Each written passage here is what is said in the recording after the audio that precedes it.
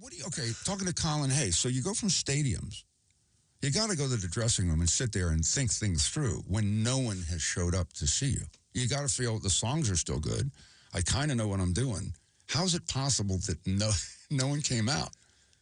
Yeah, that's a good question, and I really don't have a good answer for that. I think it was like this storm or typhoon goes through, and then the dust settles, and then there's nothing for a little while. You just have to ride it out. You have to keep moving forward and believe in yourself. And I mean, that was a low point. People did come, and they were in many ways what kept me going. Well, and that's part of it. That's the amazing thing is, so I know you stopped touring for a bit, but then all of a sudden, Zach Braff. No, I didn't really stop touring. Well, I thought you stopped for a year or two, that you just didn't want to do it anymore. No. I never really stopped. I just played, and it was a secret, you know. Well, and it's that's what's painful. I see you, and I've been doing this a long time. I've had a lot of musicians on. I've seen a lot of shows.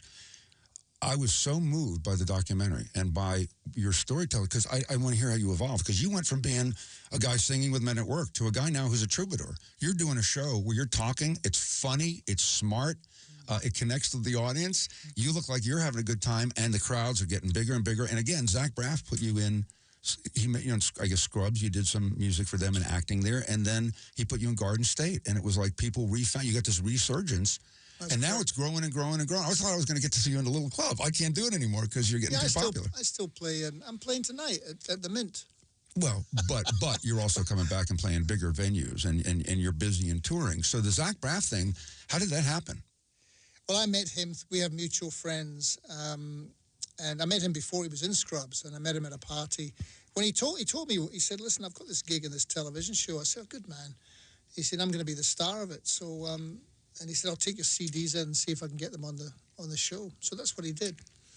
And when I first came to Los Angeles, I kind of, just by chance, I started hanging out with a bunch of musicians who were maybe 15 years younger than me, not by design, just by circumstance. So that's really how I met Zach.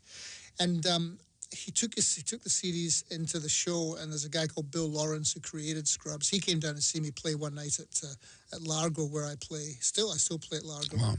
And he said to me, "Why do I never hear these songs on the radio?" And I said, "That's a very good question." And so he became a little bit obsessed with the song Overkill, and wrote an episode called My Overkill. And it was one of the most successful episodes of that show. So it was incredibly good for me because, as you say, I picked up a new generation. You did, and anybody seeing you perform, again, I don't want to go, I can't even explain it, but I hadn't seen that kind of performance in a long time where somebody does what you do, engages the audience, and people left feeling great because they feel a connection to you. You know, a manager once said, a famous manager said, and they handled comedians, he took his boss, the big guy, to see a comedian, and I won't mention the name, but it's somebody we know who was really funny. For an hour and a half, he was really funny. And when the show was over, he said to his boss, "So we're going to sign him, right?" And he said, "No."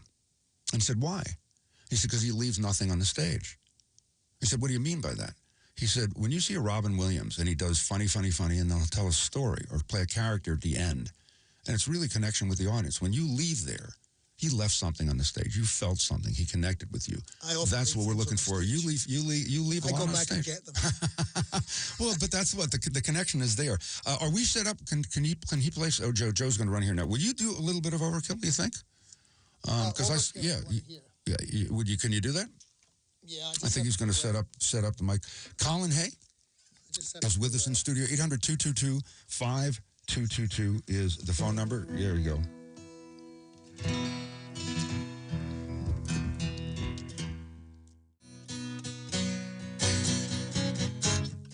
Night after night, my heartbeat shows the fear. Ghosts appear and fade away.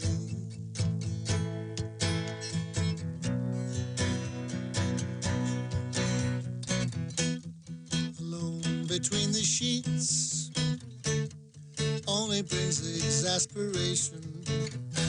It's time to walk the streets, smell the desperation. least there's pretty lights, and though there's little variation, it nullifies the night from overkill. Day after day it reappears, night after night my heartbeat shows